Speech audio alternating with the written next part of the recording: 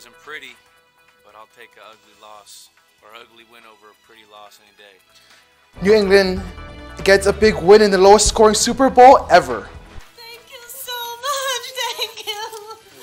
Tears of joy when a family is reunited with their dog that fell 40 feet on Mount Timpanogos. World-class athletes descend on Park City to compete at the World Freestyle Championships.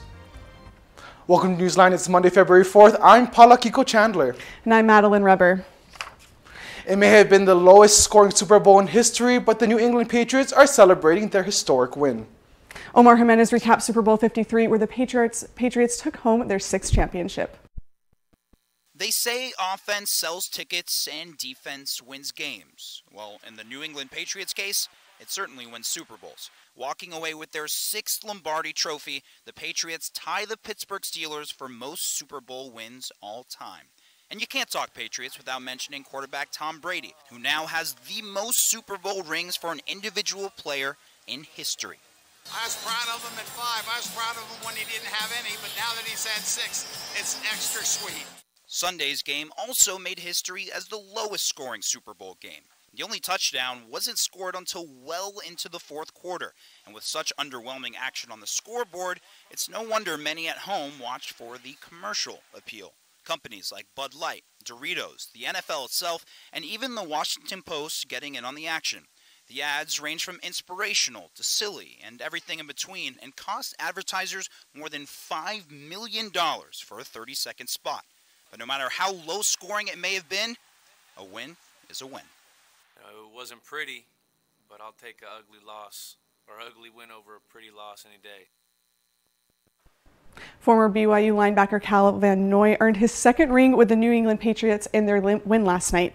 Van Noy played all 4 years here at BYU, where he won titles like Independent Defensive Player of the Year by College Sports Madness SB Nation in his senior year as a Cougar.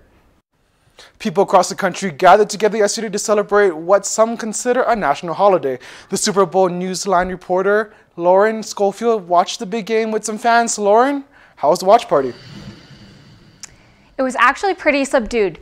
Fans kept cheering for their teams throughout the game, even though it was the lowest scoring Super Bowl game ever. New England Patriots, let's go! I'm cheering for the LA Rams. I was rooting for the Patriots. These loyal fans kept cheering throughout the entire game and didn't get discouraged from the lack of touchdowns. It really resonated with me. I think the underdog coming back big time, putting on a show, really, making our country great and proud and really showing the excitement for the fans. It just touches the heart. And they reveled in the big plays that helped the Patriots to win. When Greg Zuerlein missed the field goal, I thought that was a fun moment because you knew the Patriots for sure won. Even though the game didn't have a lot of offensive plays, fans still enjoyed the defensive-minded game. Coming into the game, you thought it was probably going to be a high-scoring offensive game just because both teams have put up a lot of points throughout the season. But I thought it was pretty cool to see that both defenses stepped up and their preparation paid off for both of them. Well, as the commentator mentioned, if you're a defensive football fan, it's been a great game, but the offensive football hasn't been great. While other fans thought that the 13-3 game was snoozeworthy. It was pretty low scoring. I think it was kind of boring for the most part. Brady didn't play too well, but they were able to hang on. So I was a little bit surprised that there wasn't more points. Personal foul, defense. And of course, there were the fans who watched the game for the commercials. I like the commercials. I liked the Buble or Bubbly commercial. Thought that was a funny one. And it's just been a good time. Patriot fans weren't disappointed with the classic performance by Tom Brady, but many Rams fans were disappointed by the low score and missed field goal opportunities. Back to you. Thanks, Lauren. Super Bowl champs is unsurprisingly the #1 tweeted hashtag today. Allie Arnold looks at social media's reaction to the big game and all of its events. Thanks, Madeline. Many people on social media were disappointed that the Patriots won the Super Bowl again for the 6th time in a row. And with a score like 13-3, it's no surprise that people were pretty bored sitting through the game. Here we can see the game's highlights, and one user posted this meme, everyone's face in America after having to sit through this awful hashtag Super Bowl. This tweet by user Faux Polini garnered more than 2,000 retweets and 10,000 likes. Halftime update, Maroon 5, Patriots 3, Rams 0. Speaking of the halftime show, the performance created some memes of its own. The tweets ranged from comparing Adam Levine's shirt to a pillow and curtains to comparing his tattoos to the likes of a Chipotle bag. But the most popular tweet of all came from SpongeBob's fans' disappointment of how little the characters were featured. Many believed that the song Sweet Victory performed in the show's Bubble Bowl would be sung in the halftime performance. Instead, the characters were used to introduce Travis Scott's song Sicko Mode. Despite the short cameo SpongeBob had, many agreed it was the best part of the performance. Back to you. Thanks, Allie. This morning, the Justice Court in Salt Lake City was ransacked. The Salt Lake City Police Department is investigating the break-in. Even though the ceiling tiles were damaged, it is not confirmed that it was a rooftop burglary. As of now, nothing is being reported as stolen. The courts were temporarily shut down but reopened at 10 a.m. this morning. Former State Senator Jim DeBackus is leading in an early poll for the upcoming Salt Lake City mayor race. DeBackus announced in December that he is ready to run for mayor. The poll conducted by Salt Lake Tribune and the Hinckley Institute of Politics shows DeBackus leading with 26%. Current Mayor Jackie Pazupski has 14% and State Senator Luz Escamilla has 6%. DeBackus says even though the poll shows him as the frontrunner, he is running like the underdog. A Utah County man is arrested for driving under the influence and crashing into a Facebook security gates at Eagle Mountain. 40-year-old Jeffrey Giles was on his way to confront a woman's family in Eagle Mountain. After police arrived at the woman's family's home, deputies found that the red Mazda had run through a security fence at Utah's Facebook facility. Giles was found near the area and arrested. Lawmakers on Capitol Hill are considering a bill for gun control. This so-called red flag law could temporarily take guns away from dangerous people in Utah. The Extreme Risk Protective Order bill was made in Utah last year after the Parkland shooting. Now it is being shown as a suicide prevention. But the Utah Shooting Sports Council views the bill as unconstitutional. Representative Steve Handy of Layton is the sponsor of the bill. The Utah legislative session begins week 2 today. Newsline reporter Lauren Neff met with community members and lawmakers this weekend as they talked over bills over breakfast. Lauren, what were the issues? Well, the event that they called Eggs an Issue, at this event, legislators addressed many topics ranging from education to redistricting, but by far, the biggest issue by far that morning was Medicaid. Dozens of people gathered at Utah Valley Hospital to voice their concerns about the bills in Utah's 2019 legislative session. I really enjoyed the event. There's a wide variety of people here. To get this many people together in a room and talk about these issues, I think is very helpful. 8 Utah legislators attended to answer people's questions. Attendees voiced their concerns about how federal taxes decreased while state taxes increased. They posed questions about remaking county government. The hottest topic of the morning by far was Medicaid. We need to take for what's best for Utah, we need to have that long-term vision. During the November election, Utahns approved Proposition 3, which increased Medicaid to cover more Utahns. Senate Bill 96 seeks to alter Proposition 3 to cover less people. Some voters were concerned about the legislature going against the will of the people, while others were worried that Proposition 3 would bankrupt the state. Majority Leader Francis Gibson says that while Utah might not be getting everything it wants with the Senate bill, Utah would be able to afford the changes long term. What is our budget and what can we afford? And we will live up to that. It is a little bit more expensive now, but it is a cost that we can control, it's a cost that we can quantify, and it's a cost that we will know. Legislators predict that the Senate bill will come to a vote this Friday. As debate on this bill and others continues in the legislature, representatives and senators encourage their constituents to reach out to their leaders. We love to hear input. We want to hear what you're thinking. What are you seeing? What can we do to make this a better state? Legislators will be meeting with community members throughout the rest of the session in areas such as American Fork and Spanish Fork this weekend. So be ready for more breakfast events in the future. Back to you. Thanks, Lauren. A member of the Kane County Search and Rescue Team goes missing and is rescued by his co-workers. Paul Torgensen left his home around 2 p.m. on Saturday in his car. When he didn't return home, search crews were dispatched to find him. They pinged his phone. It was located out of the area. When his car was found, his phone was inside, but he was nowhere to be found. Search and rescue first finally found Torgensen around 7 p.m. A dog is rescued with its owner after falling 40 feet down a snow moat at Stewart Falls. The 60-pound dog fell under a snow bridge that was created by an avalanche yesterday. In order to reach the dog, the Utah County search and rescue crew had to dig a hole through the snow. A team member was then lowered down and safely retrieved the snow-covered canine. The dog owners greeted the pup with tears and hugs. They are thankful for the search and rescue team for their service.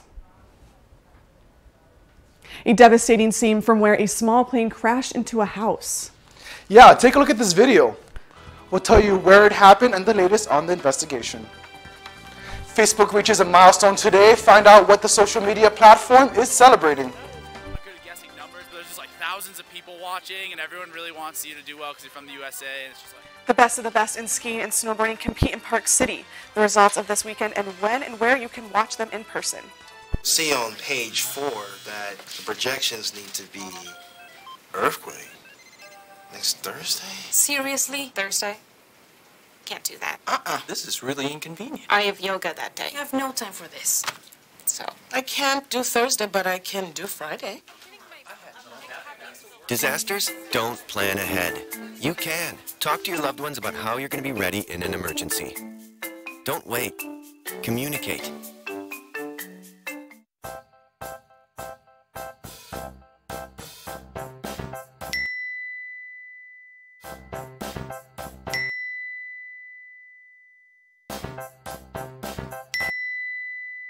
Planning the right amount of food is hard.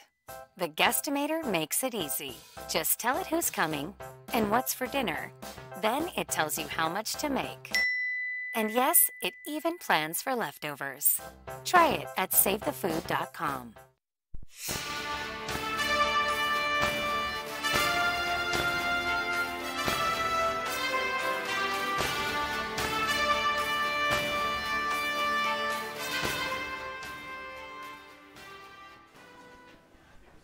Pope Francis is in the United Arab Emirates today, marking the first visit ever by a pope to an Arab Gulf state. The Pope arrived in the country yesterday. He is on a 3-day visit to the United Arab Emirates to attend an interreligious conference with Jewish and Christian leaders. Around 1 million Catholics reside in the oil-rich country. Calls for Democratic Governor of Virginia to resign are escalating. A photo surfaced from a 1984 yearbook that showed a man who is said to be the Governor Northam with blackface. On Saturday, the Democrat from Virginia denied he was either person in the photo and rejected calls to resign. But those comments came less than 24 hours after he apologized for being in the photo. 5 people are dead and 3 others hurt after a small plane crashed into a home outside of Los Angeles Sunday afternoon. Police say the pilot of the plane was killed as well as 4 people inside the home. Officials say the plane had just left the Fullerton Municipal Airport. The home was heavily damaged. There's no word on the cause of the crash or how bad the injuries are for the people who were hurt. The Federal Aviation Administration is investigating. Happy birthday, Facebook. The social networking site turns 15 today. Mark Zuckerberg and co-founders launched the platform from Zuckerberg's Harvard dorm back on February 4th, 2004. The company has defined social media, connecting more than 2 billion people all around the world and generating more than $55 billion in revenue. The World Freestyle Championships is underway in Utah. We'll show you the big air from the event and tell you who has already won medals. Provo has a new community orchestra. We'll tell you how the musical group was formed and what makes it unique. It's raining everywhere. In Australia, it's flooding, but here it's more likely to turn to snow. I'll tell you more when we get back. Hey, Bobo, do trees tell each other stories? I'm sorry. I'm afraid I don't know that. Hey, why don't we go find out? Listen. Can birds draw pictures? I don't have an answer for that. Dad, do stars visit their friends? Look!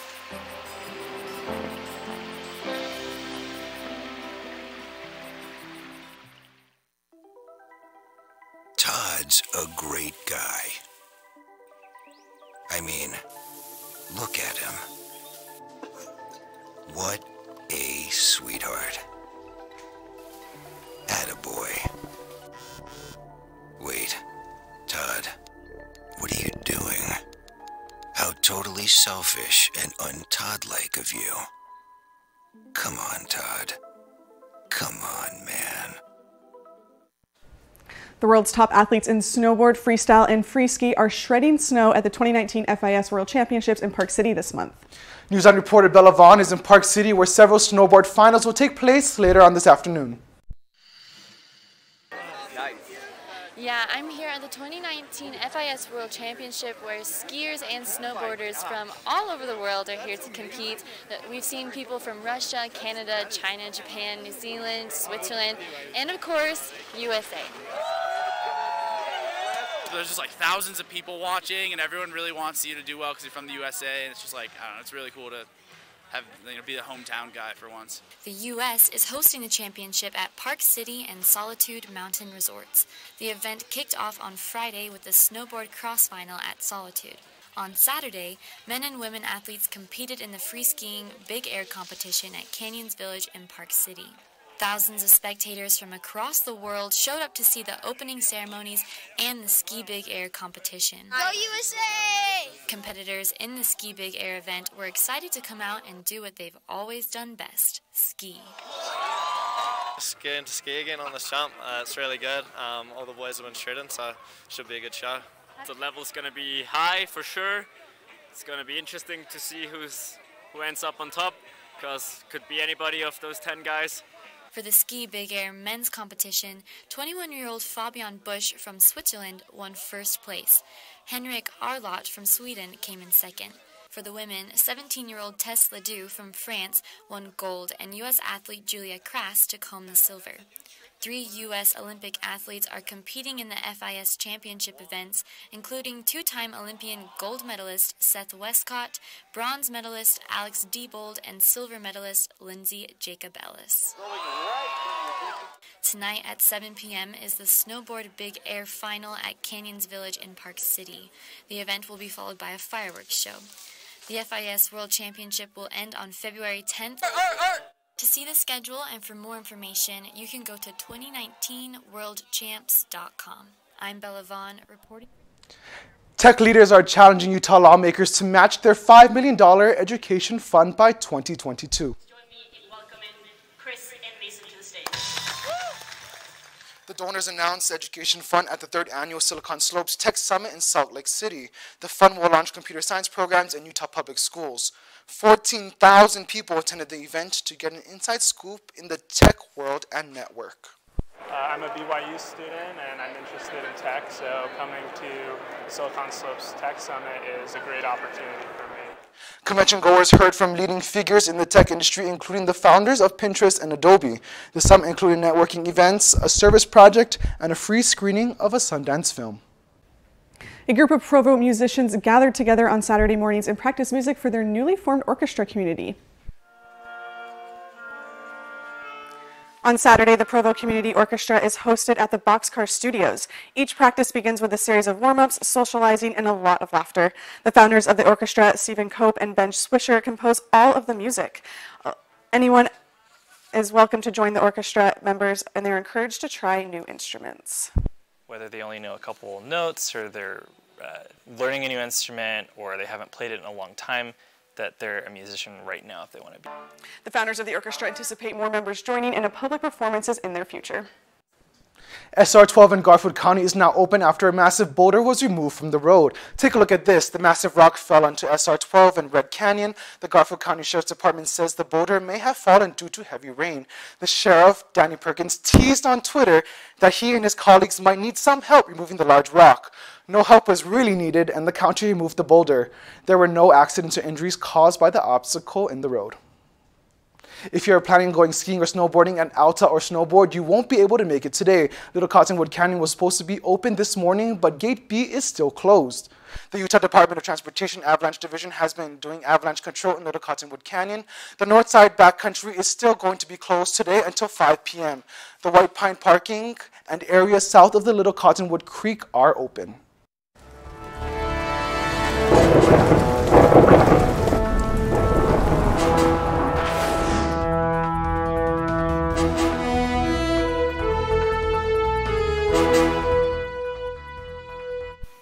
devastating flooding has forced thousands of people from their homes in northeast Australia over the weekend. It has also brought snakes and crocodiles onto the streets. On Saturday, police were going door to door in parts of Queensland to warn residents to leave their homes as the flooding rapidly worsened. The authorities then opened the floodgates on the Ross River Dam to relieve pressure yesterday. Hundreds of homes have already been flooded, and there are fears that between 10,000 and 20,000 more may be at risk due to heavy rainfall in the next few days. Speaking of rainfall, here's the rain looking like coming up into this week. So we can actually see that green is just the chance of precipitation as it moves across and hits most of Utah. We'll see that it's going to be a bit warm, and then that blue is going to come in, and that deep blue, and that's going to mean the temperatures are going to drop coming in towards the end of the week, but then it's going to kind of alleviate a little bit as we move on to the week. Going on to our highs, we can actually see that we're looking pretty good for today. Salt Lake is going to be all the way up at a 47, St. George at a 55, even Vernal 37, Logan at 41. So everyone is above freezing. That is going to mean that the precipitation that comes today is going to be rain rather than snow. As we go to our lows, then we can actually see the lows are going to be 37 in Salt Lake, 34 in Provo, St. George 41, and Vernal starts to hit 26 and Logan is 31. So there is a chance maybe at the end of the night that it will switch. Looking at our southern Utah, we can see that Tuesday we're going to have some rain in southern Utah, then sunshine, and the temperatures are going to start rising, but they're going to be pretty steady across the board. In northern Utah, you can actually see that tomorrow it's going to be snow, Wednesday is going to be snow, and then the temperatures are going to be cold for the next couple days. But then they're going to gradually rise as we hit the weekend, and then we have a little bit more snow, and then hopefully we have some sunshine coming up next week. I do love the sunshine, although I do also appreciate a little bit of snow every once in a while, especially in the cold season. I'm not the biggest fan of snow, but I am a big fan of BYU basketball. Coming up, BYU men's basketball took on LMU this weekend. Find out how it all played out. Also, Super Bowl 53 was yesterday, so it is time to look ahead. Find out who the early favorite is to win it all next year coming up.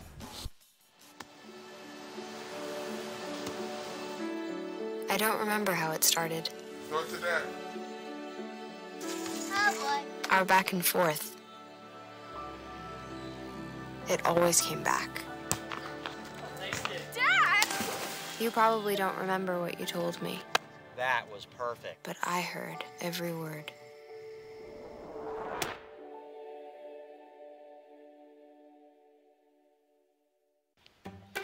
What's Beethoven's favorite fruit?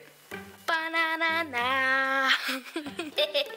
How does a tissue dance? Put a little boogie on it.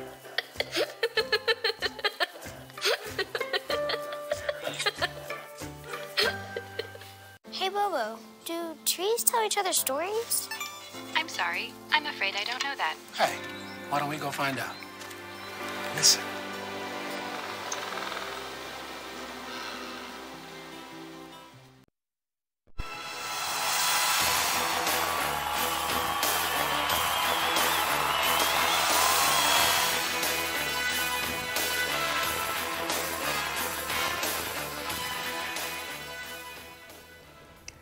It has been the Yoli Childs and TJ Haws shows for the majority of the BYU men's basketball season. Saturday, however, it was all about freshman forward Gavin Baxter. Got Gavin penetrate, lobs it to Baxter. Baxter finishes the alley-oop. May have mistimed the jump just a little bit, was on his way down, but he still threw it down to tie the game at 4. Baxter made his first career start and did not disappoint, posting 25 points and 10 rebounds. Nick Emery was a huge spark off of the bench, adding 17 points, including a stellar 5-for-5 shooting performance from downtown.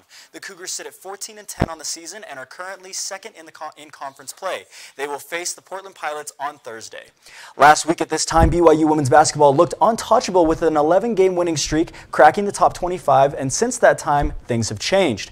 Following a loss to LMU, BYU hoped to bounce back against unranked Pepperdine this Saturday. BYU beat the Waves last month 83-58 and was heavily favored to win this game. The Cougars shot only 37% from the field and had more turnovers, shot worse from three, all leading to a 14-point loss to the unranked Waves. This gives BYU their second straight loss in a row. BYU will face St. Mary's in Provo on Thursday. Number 3 ranked BYU men's volleyball lost their first and second match this past weekend to number 9 ranked UC Santa Barbara. BYU lost both games back-to-back in straight sets. With both of these losses, it looks like BYU will be taking a dive in the national rankings. BYU will face the Pepperdine Waves in Malibu this Wednesday. With the New England Patriots taking home their 6th ring last night, it's already time to look ahead for next season. However, it's not the Patriots who are favored to win next season. The Westgate Las Vegas Superbook opened odds for the Super Bowl 54 in January, and the Chiefs have slowly moved up the spot with a 2018 record of 12-4. One of the top statistical seasons by a quarterback ever, and being one offsides call away from Super Bowl 53, the Kansas City Chiefs are a 6-1 favorite to win it all in 2020. The Rams, Patriots, and the Saints all trail behind with an 8-1 chance of winning it all. Super Bowl 54 will take place at the Hard Rock Stadium in Miami Gardens, Florida next year. However, there is a lot of football to be played before then. We'll be right back. Truth is, I'm impressed. I haven't been asked such intelligent questions in a long time. Nice.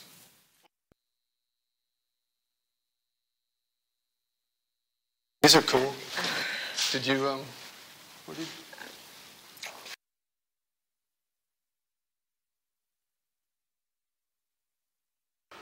What?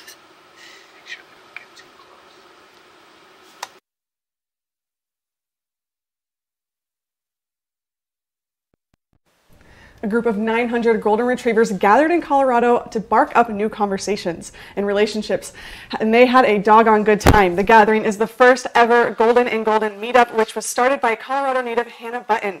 The dogs and owners met up for a party full of doggy kisses, golden manes, and puppy breath in honor of Golden Retriever Day. Looks like a very good time to me. That's so cute. That's a lot of fur and love in one place. I know, imagine all the hair people had all over their clothes. I can't imagine. Dogs are the best thing in the world. What are you guys' favorite breeds of dogs? Miniature Bolognese. Golden Retriever. Golden Retrievers, me too. I love Boston Terriers too. Well, thank you so much for joining our show today. For more information or to check out our stories or share them with your friends, you can check us out on our website at universe.byu.edu/newsline. Have a great day.